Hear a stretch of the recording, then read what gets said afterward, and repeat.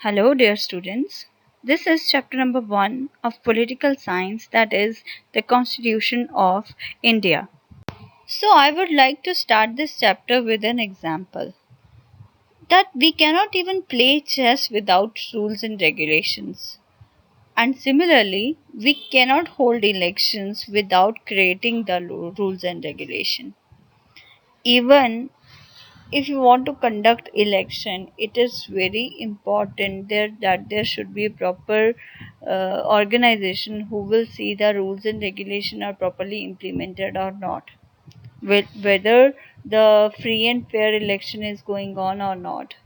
So if we will go to play any kind of game, if we will go to play cricket, chess, volleyball, you will see everywhere rules and regulations are required. Just all games follow certain fundamental rules. Similarly, societies too follow a set of rules that help us in proper running of a government. तो क्या है कि हम कोई भी game जो है बिना रूल्स एंड रेगुलेशन के नहीं खेल सकते, वो हम कुछ भी खेलें। उसी तरह से अगर कभी इलेक्शन भी कंडक्ट करवाने हो तो रूल्स एंड रेगुलेशन इम्पॉर्टेंट है। हर सोसाइटी, हर गेम में हर गेम के कुछ ना कुछ फंडामेंटल रूल्स होते हैं। उसी तरह सोसाइटी के भी कुछ फंडामेंटल रूल्स हैं जो गवर्नमेंट की प्रॉपर फंक्शनिंग में बहुत इम्पोर्टेंट रोल प्ले करती है। What is Constitution? It is a written document that contains the rules and regulation by which a country is governed. क्या है कॉन्स्टिट्यूशन? एक ऐसा डॉक्यूमेंट है जिसके अंदर सारे रूल्स एंड रेगुलेशन दिए गए हैं, जिसके बिहाफ पर पूरा कंट्री जो है वो गवर्न किया जाता है। ठीक है, और it is also referred as soul of democracy because its primary aim is to maintain political stability, peace and solidarity in the country.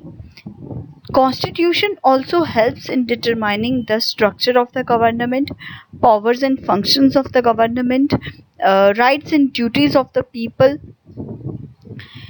It also helps in binding together the society by treating all communities together. अब क्या है constitution? सबसे पहले इसको soul of democracy क्यों कहा गया है? क्योंकि इसका प्राइमरी एम क्या है कि कंट्री में पॉलिटिकल स्टेबिलिटी लाना। पॉलिटिकल स्टेबिलिटी यानी लोग एक दूसरे से झगड़ा ना करें किसी भी बात के ऊपर, कंट्री में पीस हो यानी शांति बनी रहे। और कॉन्स्टिट्यूशन का मेन पर्पस है कि हमें ये चीज़ें क्लियर हो कि हमारा particular structure of the government क्या है, कैसे पावर्स डिवाइडेड हैं लेजिस्लेचर, एग्जीक्यूटिव और जुडिशरी के बीच में, कैसे गवर्नर हमें गवर्न कर रहा है, या चीफ मिनिस्टर्स के हाथ में क्या क्या पावर्स हैं। तो ये सारी चीज़ें उसमें दी गई हैं। As a citizen of a country हम लोगों के पास क्या राइट्स हैं, हम लोग की क्या ड्यूटीज़ हैं अपने कंट्री को लेकर, तो ये सारी चीज़ें जो हैं उसमें मेंशन की गई हैं कॉन्स्टिट्यूशन के अंदर। कॉन्स्टिट्यूशन हमें ये भी इंश्योर करता है कि हर कम्युनिटी को इक्वली ट्रीट करना है।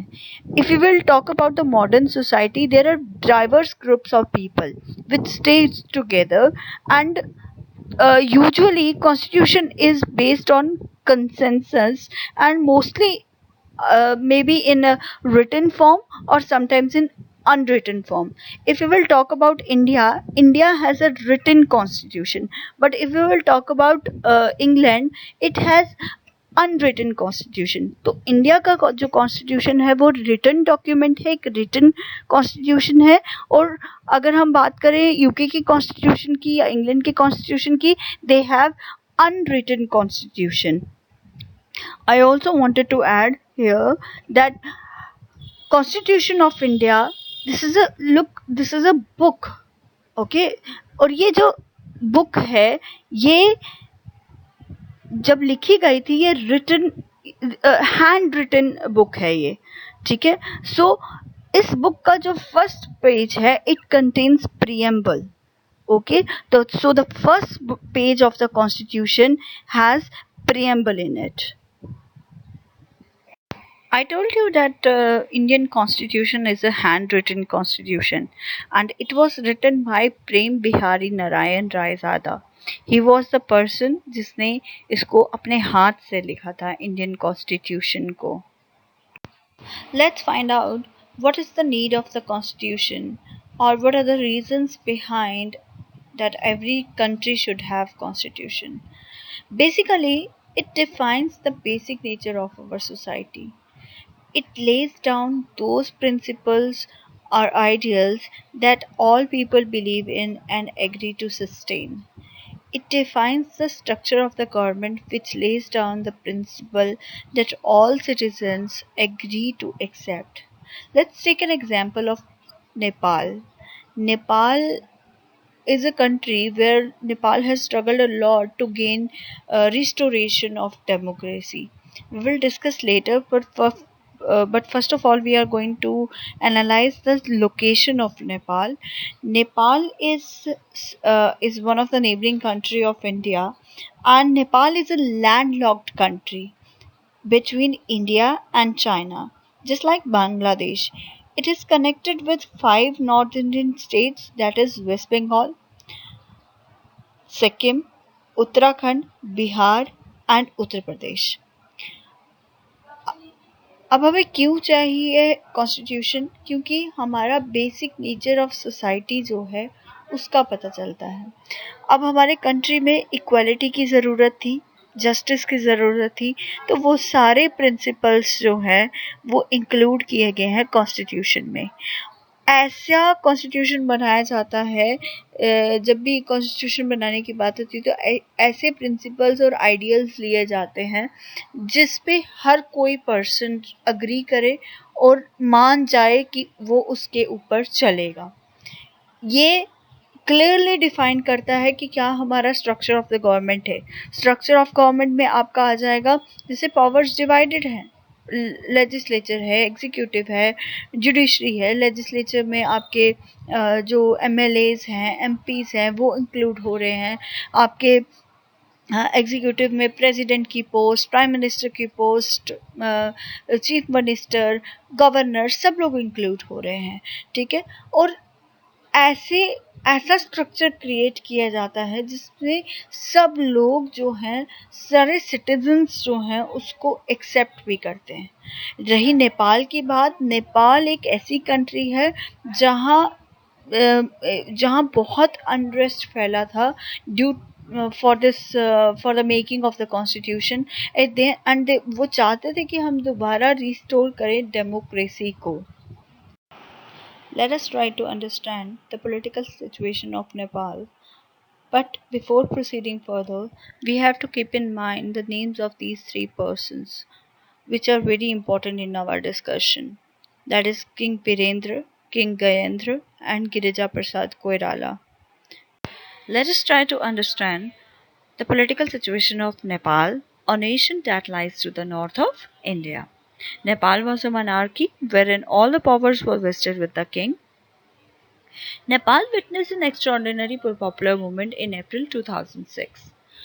The movement was aimed at restoring democracy. Actually, Nepal attained democracy in 1990. The king was the formally head of the state. Real power was exercised by the popularly elected government, same like India. Head of the state, president, he is called as the constitutional head of the state.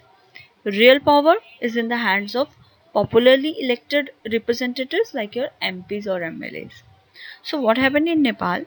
King Birendra, who accepted this transition from absolute monarchy to constitutional monarchy, he was ready to accept this constitutional monarchy, and he was killed in a mysterious massacre of royal family in 2010. So what happened? King was ready to accept democracy, and he was killed mysteriously in 2001. Then King Gayendra became the new king of Nepal, and he was not ready to accept democratic rule. In February 2005, what he did, he dismissed the prime minister post and dissolved the popularly elected parliament. So, what he did? First of all, he dismissed the prime minister and dissolved the popularly elected parliament. The movement of 2006 was aimed at regaining popular control over the government from the king. Then all the major political parties in the parliament formed a alliance called as Seven Party Alliance, and they protested in Kathmandu, and they gave ultimatum to the king where they also raised their demands that they wanted to restore parliament, power to all party government, and they wanted a new constituent assembly. You know what constituent assembly do? They frame the constitution of India. The situation of the country was not good. People were doing curfew, they were on streets. The security found persons found themselves unable to take on more than a lakh people who gathered almost every day to demand restoration of democracy. So every day more than lakh people come on street and they were demanding the democracy. Finally a day came on when they when the last day of ultimatum ends. Then seven party alliance they chose Girija Prasad Koirala as the prime minister of the government, of the interim government. So what they did, this seven party alliance chose Girija Prasad Koirala as the prime minister of the interim government. The new Constituent Assembly was formed, and you can say it was elected.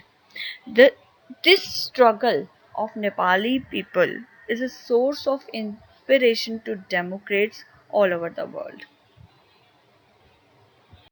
The second reason behind the need of democracy is that it describes the nature of country's political system, whether it is monarchical system, whether it is democratic system.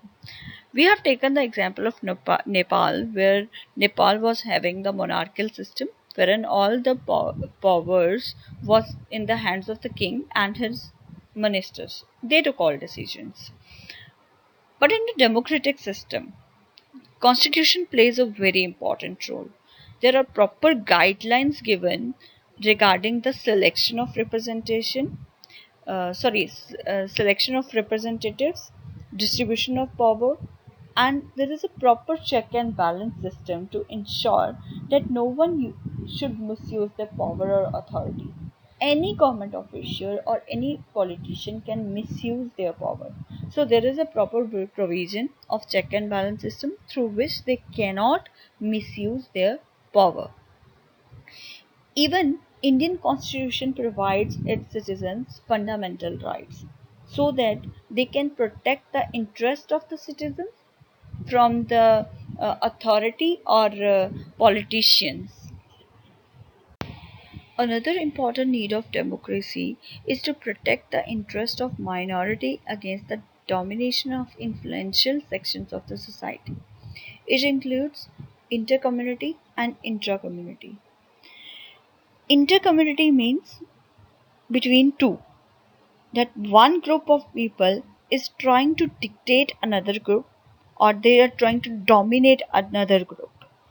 And in intra-community, powerful members of the society, they are trying to dominate within the same community.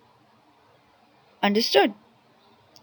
Even our constitution also prohibits discrimination on the grounds of caste, creed, gender, race, religion. We cannot discriminate others on on these bases. Constitution also prescribes rules that guard against the misuse of power by our political leaders. Even our political leaders cannot misuse their power. Constitution also plays a very important role in democratic form of government as it lays out guidelines that govern decision making in these societies. So whenever the government is taking decision, that should be in the favor of the society only. They cannot do anything in their own favor. Constitution guards against any decision might take place which could be an adverse effect on the larger principles that the country believes in. So Constitution also guards us against any brutal decision making power. Decision makers cannot take any decision which affect the people on a large scale. In second slide, I'm going to discuss about the Constituent Assembly and the challenges faced by them. Thank you.